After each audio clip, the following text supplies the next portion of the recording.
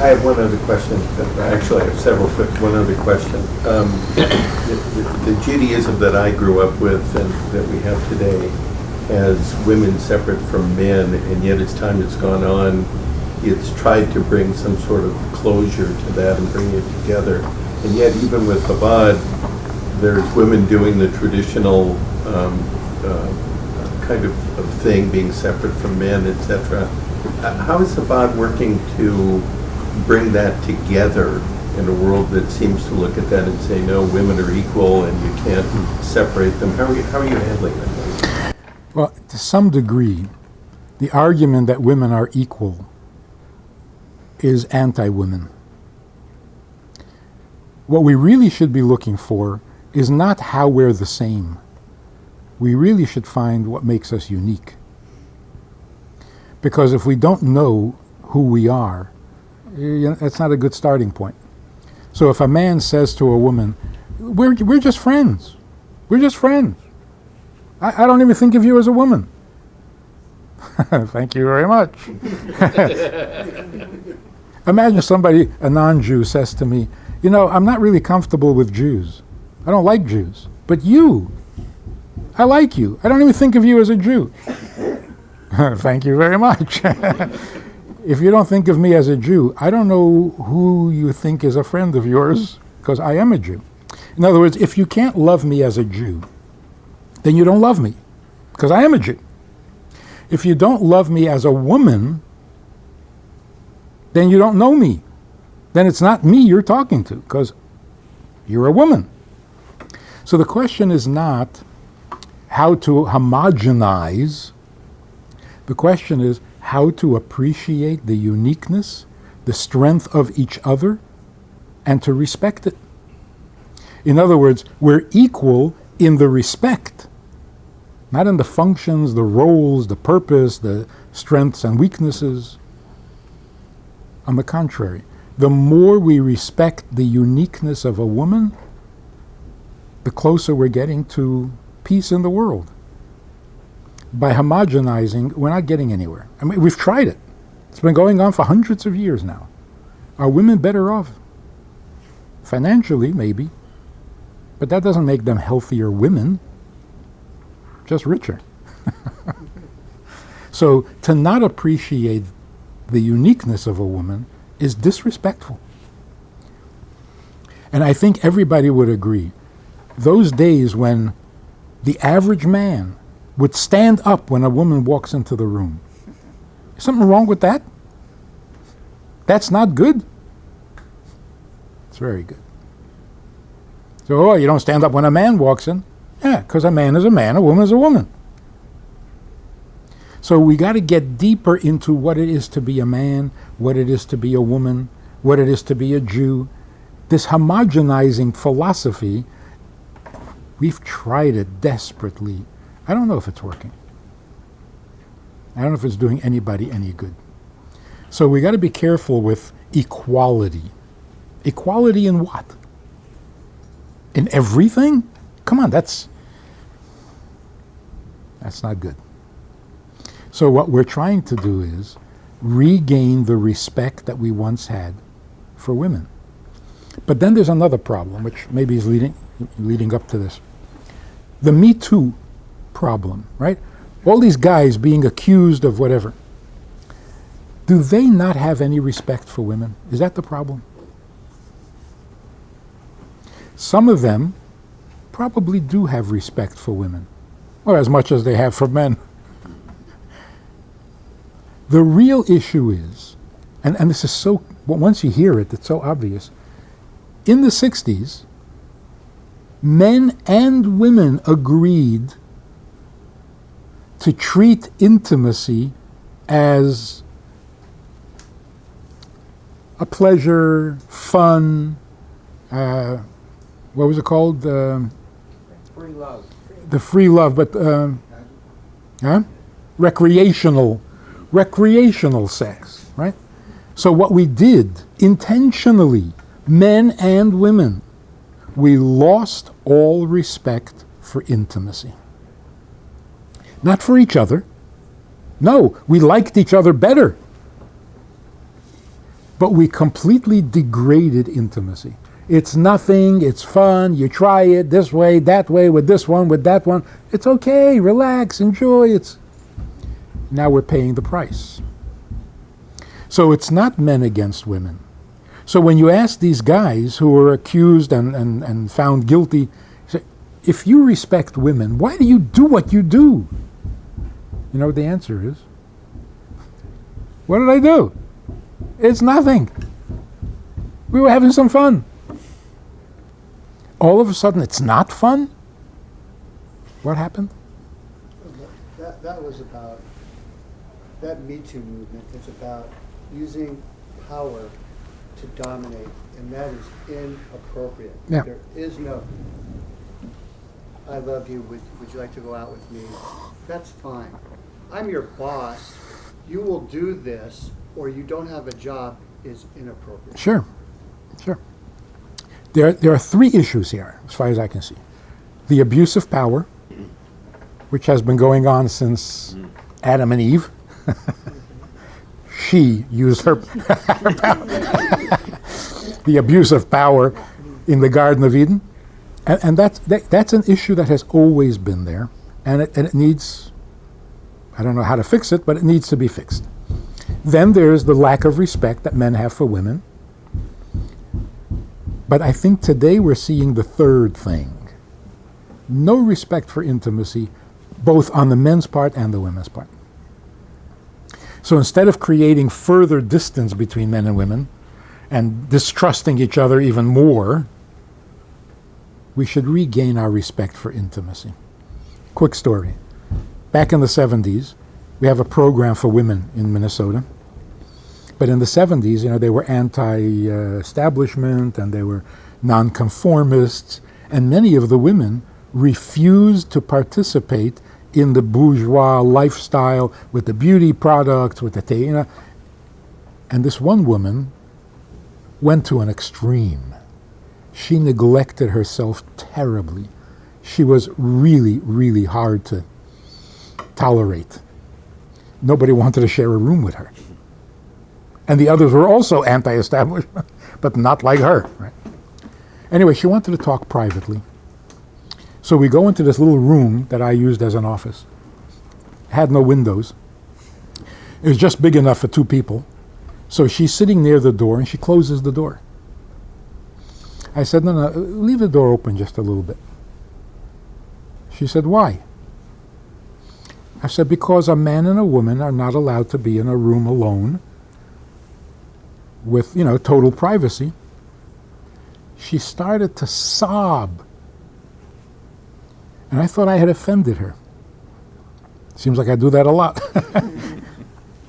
She finally pulls herself together and she says, this is the first time anyone has treated me like a woman. Now, she was trying very hard to not be treated like a woman. But it was destroying her. Right? So it brought her to tears to be treated like a woman. Now, here's the key. If intimacy is a matter of intention, experience, feeling, what makes something intimate? If you have intimate intentions, if it feels intimate, that is terrible. Because how much misunderstanding is that going to lead to? Oh, you thought I was big? No, I was just... If intimacy was a matter of personal feelings, she could close the door. There was nothing going on here. Yeah, close the door, whatever. But that's not true. Intimacy is a fact. Intimacy is real. A man and a woman in a room together is intimate. If you don't feel it, you're dull. You're missing it, but it is intimate. Respect for the intimacy itself. It's not subjective. There's an objective reality to intimacy. So to be alone in a room, a man and a woman, and say nothing's happening, you're dull. Something's happening. I appreciate what you're saying, and understand it, but the point that I was trying to understand here is, in this world, totally separate from Me Too and the intimacy and all of that, which I think is relatively obvious, etc. But the real issue is that we as Jews, and certainly Chabad, as we just saw, is keeping men and women separate. And the question would be totally separate from whether I trust you, whether I feel comfortable with you, etc. It's this matter of respect, understanding that you're a woman, you're certainly different than I am. I'm married, I truly understand the difference. I don't get it, but I understand it. See it. Yeah, it's there every day. But the real question that I have is that if we're now talking about having women as part of the community showing respect with regard to being rabbis, being cantors, being standing up the same as a man, etc., then you're effectively being counted. I'm sorry? Being counted. Yeah, you're being counted, you're part of a minyan, you're part of the world of what goes on. So the respect is beyond the issue of intimacy, it's beyond that issue. It's man and woman as an entity looking out at the world. How is Chabad dealing with that? We just saw where the women are separate. Same thing that I knew, that I saw with my Zeta, with the Orthodox, etc. How is Chabad dealing with that? Do you look at it in a different way? Do you address it in a different way? Totally separate from the physical and the other issues. Yeah, so that's what I started off saying. You celebrate and respect women not by including them in men's activities, but by seeing the female or feminine strengths. So counting a woman for a minyan, it doesn't make her, you don't respect her femininity, you don't respect her womanhood, you're just homogenizing, right? So the Chabad pursuit is not treat everybody equally, treat everybody uniquely. What is great about being a woman? That you can be part of a minyan? That doesn't make you a greater woman. By the way, it doesn't make you a greater man to be part of a minyan either. So how do we build up the respect for women? By taking down all differences. Then we just end up with a mishmash. So Chabad, if you read the inner teachings, the feminine and the masculine are so important in like the yin and the yang. It's such an important part of creation, the forces of the masculine and the feminine. We want to become more masculine, and we want women to be more feminine, not deny our differences. So we're going in a different direction. So the separation of men and women in the shul, that's a synagogue issue, not a male-female issue. You know what I'm saying? It's not being part of a minyan doesn't make you more masculine. It doesn't make you more feminine. It has nothing to do with that. So here's how I would put it. What is discrimination? Like today, everything is discrimination.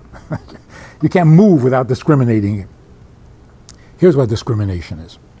If the highest value in your society is to be a soldier, and you don't let women be soldiers, that's discrimination. If the highest value in your society is to be a rich career person, and you don't let women have careers, that's discrimination. So you set up a value and then you exclude some people. But if your highest value applies equally to everybody, there's no discrimination. So it's the value, not the people, that are the issue. So for example, why aren't women counted for a minyan? What's wrong with women? No. What's wrong with minyan that it doesn't apply to everybody? It's got a limited function. Whereas, for example, keeping Shabbos, that applies to everybody. Why? So there's something about Shabbos that makes it more inclusive, whereas minyan has its limits. So it's not male-female, it's the mitzvah. Like, there are certain mitzvahs only a Kohen has to do. What is it about that mitzvah that is so limited or finite or particular? So, in Jewish life, the highest value in Jewish life has always been family, not synagogue. If the highest value in a society is family, women don't need any hype to be prominent in Jewish life. So if family is the center, there is no discrimination. Not against parents, not against children, not against men, women, grandparents. So the center of life used to be family. It shifted to the synagogue. The synagogue, it has a finite function. It can't serve everyone equally. So we need to put the function back to the family. How are we raising our children? What's happening to the next generation? Synagogue is not the answer. It may even be the problem because it's so irrelevant to young people. So really, from my personal perspective, I'm not worried about the fact that women are not included in the minyan. I'm worried about the fact that young people just don't come to shul. So if you're depending on the synagogue to make Judaism survive into the next, it's not happening. The synagogue is not the solution. It wasn't meant to be. It wasn't meant to be. The synagogue is the place where somebody who is inspired in their belief in God and enthusiastic about their Judaism, who wants to fulfill the mitzvah of davening with a minyan, then they'll come. Otherwise, they're not coming. So, we try to make it more attractive, more appealing. You can't go to the Hebrew school if you don't have a bar mitzvah. You have a bar mitzvah if you don't have a Hebrew school. It's not working. It's not working because it was never meant to work. The center of Jewish life is the home and the cheder. If that works, then there'll be synagogues. If that doesn't work, there won't be any synagogues. So we have to celebrate womanhood, not minyanhood, or any other function. The fact that a woman can be a president, is that a surprise to anybody? Well, that they would allow her to be a president, that's a surprise because, society is not that open-minded. But does that mean that women are greater? Does that mean we found what being a woman means? I don't think so. The thought that if women became president, the world would be much better? Is that not discrimination? The belief that women are superior to... Now, come on. So where are we going with this? I think that if you don't respect the womanhood of the woman, you're missing the point. With all the rights in the world, it doesn't make the woman greater as a woman. And the same is true with Jews. Jews can do anything. We can be anything. Yeah, but we're supposed to be Jews. What's special about your Jewishness? So I say, who are the famous Jews? You ever read those books, Who's Who in Jewish Life? Who is who in Jewish life? Barbra Streisand? Sandy Koufax? Woody Allen? Some of them we shouldn't be so proud of. But even if you are proud of them, you're not proud of their Jewishness. Where's the pride in our Jewishness? Einstein?